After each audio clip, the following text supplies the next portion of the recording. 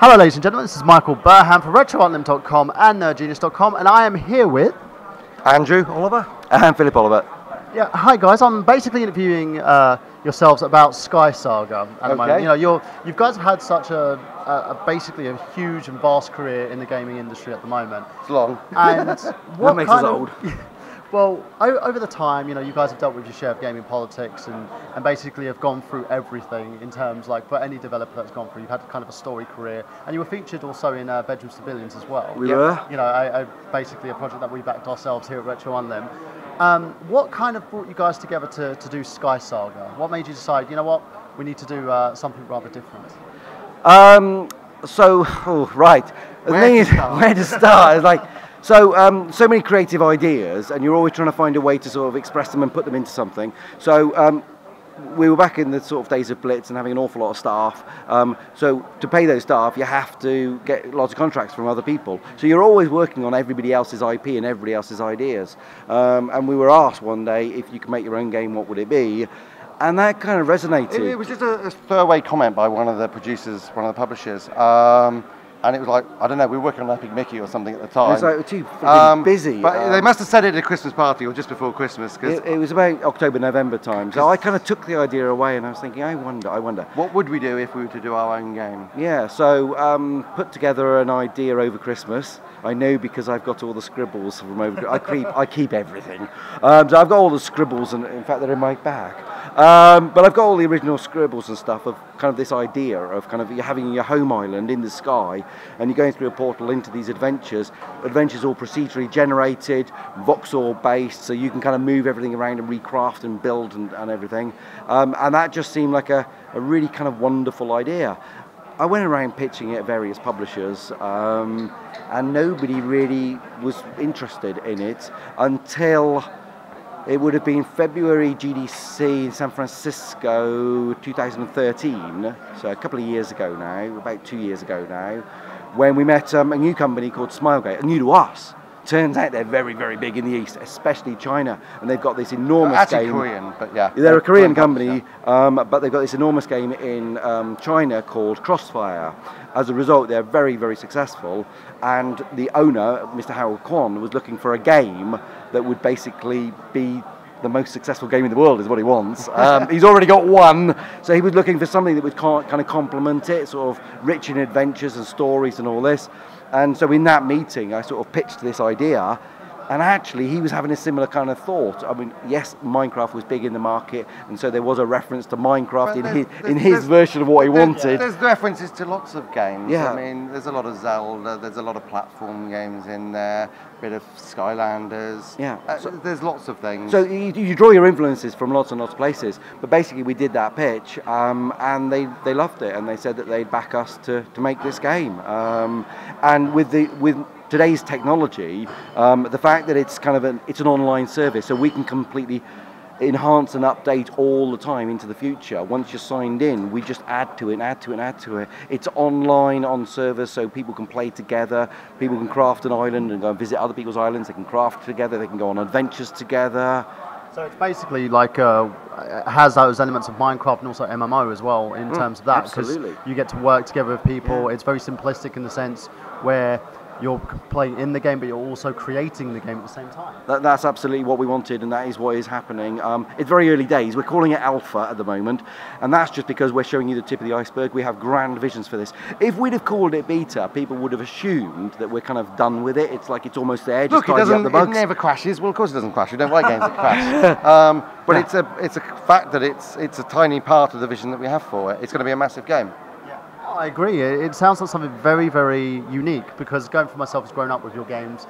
I'm rather old myself, and going from someone who's also raised like little miners as well, who love Skylanders. They love the Disney Infinity, and then the biggest craze at the moment. Yeah, Disney Infinity. That was a good reference point as well. Yeah. Yeah, and these games are kind of the stable point of bringing kids into gaming now. You know, kids want to do stuff, and they want it for free. Yeah, and they want to make within the games, and they want to create something, and they want to do something within their own world. That's what we're doing with SkySaga. Yeah, and I think that's kind of a testament to yourselves as well, because as we talked about previously in the conversation, you say that you never stop creating, and I think Although we have some very talented people back at Radiant Worlds. I mean, I have to say that we don't actually do a lot of work these days. We go in there, we just keep saying more ideas, but they've got enough ideas. But they're the ones responsible for the code and the graphics and the design and everything. So I don't want to sort of take the credit away from them. I mean, we got 80 people back at work, and it's 80 people creating SkySaga.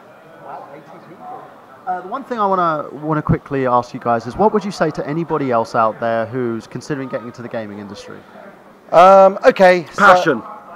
Passion, seriously. Bloody hard work. I mean, we do work very, very hard and very long hours, and you just have to be totally committed to it, as we have been. And if you look out on the internet, there's so many people say, oh, I don't know where to start. It's like, there are so many YouTube tutorials of anything and everything. It's like, so obviously the information is out there. The information is easily out there. It's just, are you prepared to look and put in the time and effort? So you're getting sort of go up from scratch into Game Maker to Unity to Unreal.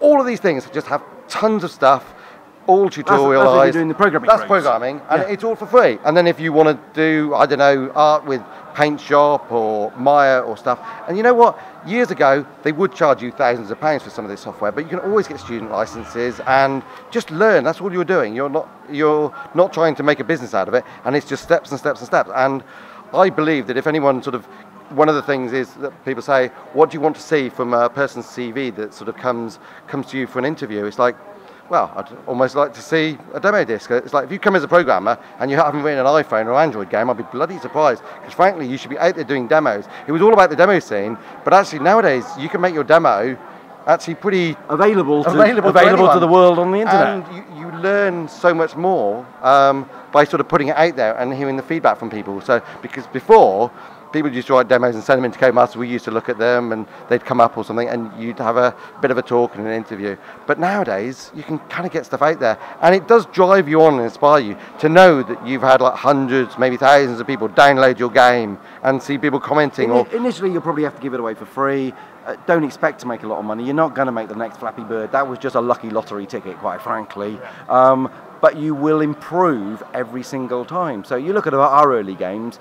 They weren't that good, but they were stepping stones on the way to the likes of the Super Robin Hood and Dizzy and all the others. That's kind of the template that you kept working on. You just have to keep improving. It's just steps of getting better and better. What I think is a little bit difficult at the moment, but thankfully the iPhone kind of fixed this problem, is the fact that people look at the everyday games and go, where'd you start? It's like, so when we were working on PlayStation 2, PlayStation 3, etc., people go, well, where do I start? And I used to say, just get yourself sort of a good CV, go through university and try and get a job in one of the big established companies.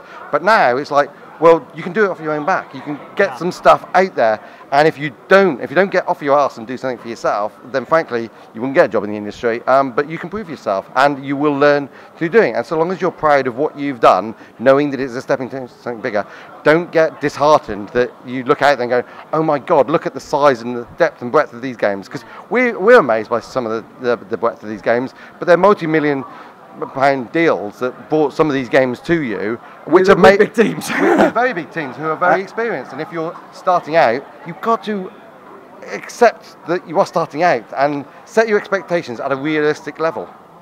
So one last thing I want to ask is, what do we expect from the future for you guys? Is SkySaga kind of the it for you, or it's definitely a big one for a good few years. I mean, the amount of ideas and the amount of potential we see in this game is definitely going to take us quite a long time to realise, and we just hope that people will love it and we can continue to build on it.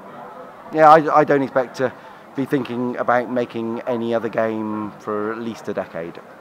So there you go, guys. Where can we basically find the alpha build at the moment? Is it SkySaga.com. SkySaga.com, guys. Yep. Sign up, download. It's free. Totally and utterly free. You know, give the game a try. Tell us what you think, and thank you, guys. I mean, one day we will put some monetization in there, but even then, we'll be really responsible about where we're putting the monetization in. So don't worry.